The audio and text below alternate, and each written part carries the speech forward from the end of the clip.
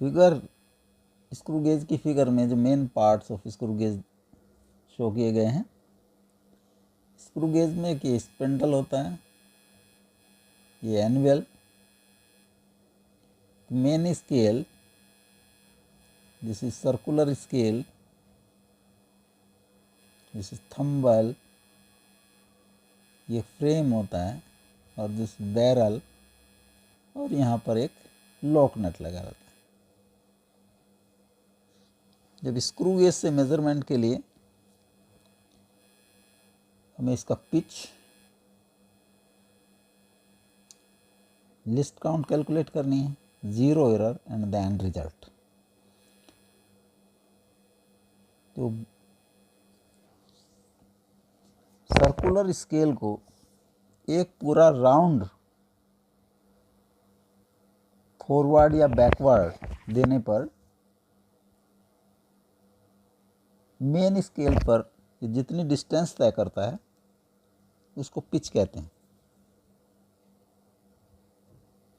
अगर इसको हम क्लॉकवाइज डायरेक्शन में टर्न करेंगे सर्कुलर स्केल को, तो ये फॉरवर्ड डायरेक्शन में मूव करेगा, और एंटी क्लॉकवाइज डायरेक्शन में टर्न करेंगे तो ये बैकवर्ड मूव करेगा।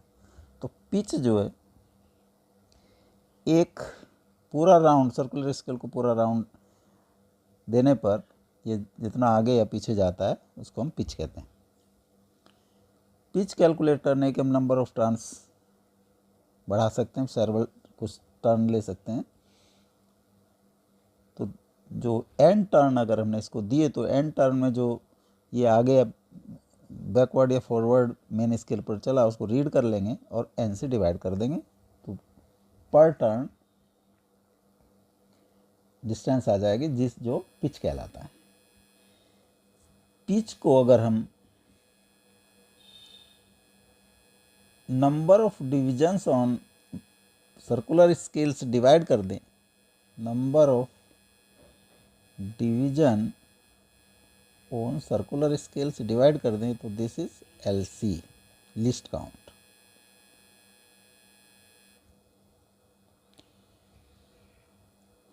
अब जीरो एरर कैलकुलेट करने के लिए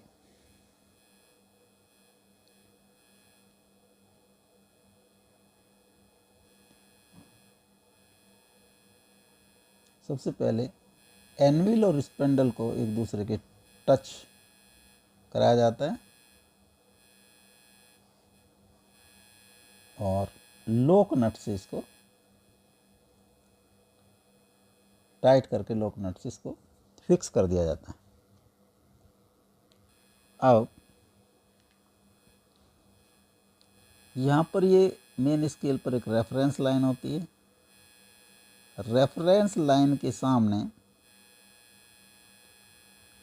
जो सर्कुलर स्केल का डिवीज़न है उसको रीड किया जाता है।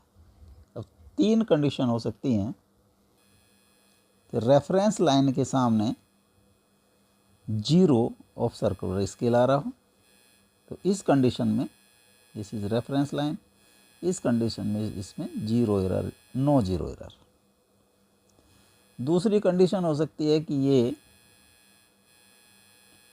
जब हम इसको टाइट कर रहे हैं तो जीरो इसका पीछे ही रह जाए रेफरेंस लाइन से।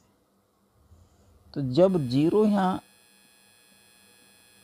पीछे रह जाएगा और एनविल और इसके बीच में हम कोई जब रीडिंग लेंगे, कोई ऑब्जेक्ट रखेंगे, तो ये ऑटोमेटिकली कुछ रीडिंग पहले ही लिए हुआ है। इसका मतलब ये जो है जो पहले लिए हुए तो ये करेक्शन में माइनस होने चाहिए। तो this type of error is positive error.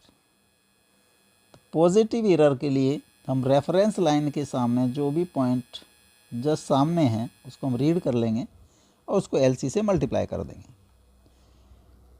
तो इस यहाँ की कंडीशन में ये जो है 3 है, तो पॉजिटिव एरर को हम प्लस साइन से शो करते हैं, तो 3 इंटू LC से मल्टीप्लाई कर देंगे, तो ये हमारी पॉजिटिव जीरो एरर कैलकुलेट हो जाएगी। थर्ड कंडीशन है कि ज़ीरो जब हम टाइट करें तो जीरो इसको पार कर जाए, जैसे इस कंडीशन में ये पार कर गया है जीरो। तो जब हम कोई भी ऑब्जेक्ट एनविल और स्पिंडल के बीच में रखेंगे तो ये पहले 0 पे आएगा और उसके बाद मेज़र करेगा। इट मीन्स ये कुछ एक्चुअल मेज़रमेंट से कम मेज़रमेंट शो करेगा। तो इस तरह की एरर को हम नेगेटिव एरर कहते हैं। नेगेटिव एरर कैलकुलेट करने के लिए सबसे पहले total number of division on circular scale और उसके बाद जो भी डिवीज़न इसके सामने हैं उसको हम रीड कर लेंगे और LC से मल्टीप्लाई कर देंगे और इसका सिंबल जो है नेगेटिव लेंगे। जैसे इस केस में यहाँ पर total number of division n is 100 और स्मॉल n जो डिवीज़न जस्ट सामने है रेफरेंस लाइन के, स्मॉल n दैट इज़ 96। तो LC नेगेटिव 0 एरर होगी -n इंटू LC। तो -100 - 96 इंटू LC और -4 LC। इस तरह से हम 0 एरर कैलकुलेट कर लेंगे। अब एपरेटस की अगर हमने LC लिस्ट काउंट और 0 एरर मेज़र कर ली है, अब हम इससे फाइनल रीडिंग लेंगे। फाइनल रीडिंग लेने के लिए जो जिस ऑब्जेक्ट की हमें थिकनेस मेज़र करनी है उसको स्पिंडल और एनविल के बीच में रखेंगे। उसके बाद मेन स्केल रीडिंग पढ़ेंगे। मेन स्केल रीडिंग में जो जो सर्कुलर स्केल की जो लाइन है, ये जिस पॉइंट से मेन स्केल पर जिस पॉइंट से जस्ट के ऊपर हो, जस्ट करेक्टली, या जिसको क्रॉस कर चुकी उस रीडिंग को पढ़ लेंगे। तो यहाँ पर ये है 1.1, तो MSD है 1.1 सेंटीमीटर। उसके बाद मेन सर्कुलर स्केल रीडिंग पढ़ेंगे CSD। नंबर ऑफ डिवीज़न जो इसके जस्ट अपोजिट है रेफरेंस लाइन के, उसको रीड करेंगे और उसको LC से मल्टीप्लाई कर देंगे। n into LC is equal to 55 into जो भी लिस्ट काउंट उससे मल्टीप्लाई कर देंगे और फाइनल रीडिंग होगी, रिजल्ट होगा हमारा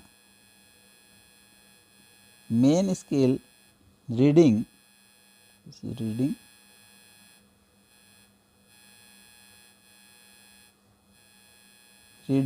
plus circular scale reading -0 error.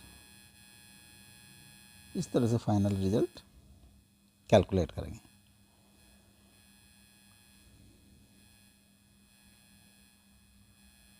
अब ये example, the screw gauge advances 3 mm in 6 rotations. There are 50 division on the circular scale. Find the least count of the gauge, screw gauge.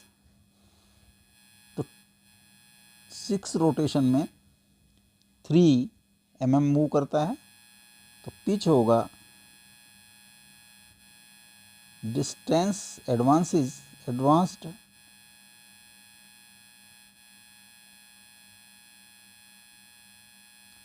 divided by number of rotation.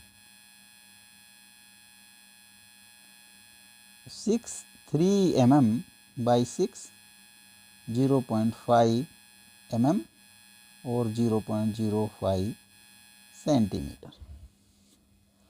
LC होता है pitch upon total number of divisions on circular scale, number of divisions on circular scale. Pitch 0.05 by 50,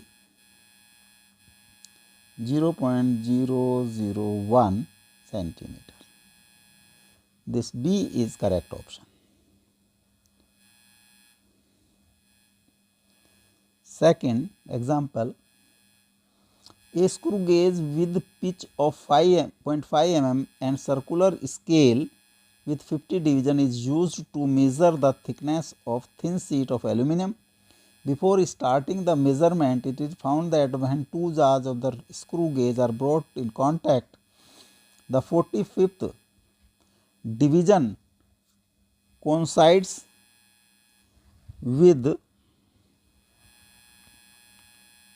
main scale line and zero of main scale is barely visible. What is the thickness of the sheet if the main scale reading is 0.5 mm and the 25th coincides with the main scale line?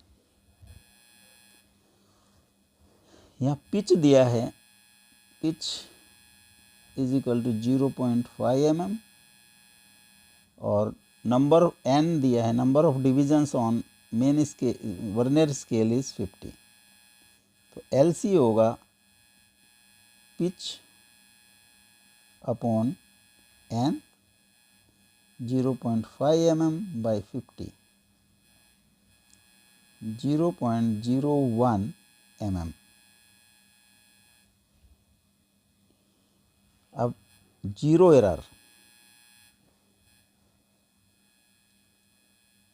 ये main scale reference line और यहाँ पर ये circular scale है, इसका 45th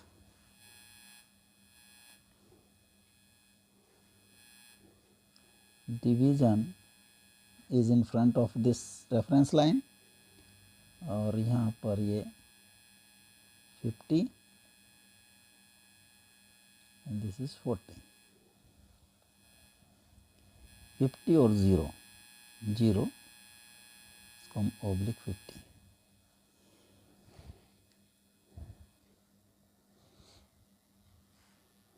zero reference line को cross कर चुका है, hence zero error is negative.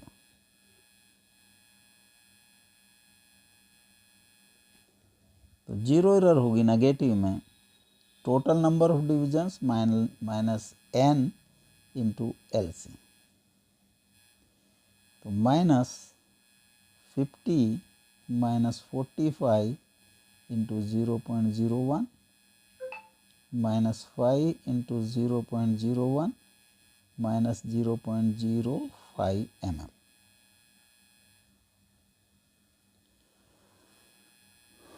अब जो मेन स्केल रीडिंग है MSR that is given 0.5 mm और सर्कुलर स्केल रीडिंग होगी जो डिवीज़न जस्ट सामने हैं रेफरेंस लाइन के, तो वह है 25th. तो 25th into LC, 25th into 0.01 mm, 0.25 mm. Result MSR plus CSR minus zero error. MSR है 0.5, CSR है 0.25 माइनस 0.05, 0.75 प्लस 0.05, 0.80 mm. जो फाइनल रिजल्ट है 0.80 mm. This C is correct option.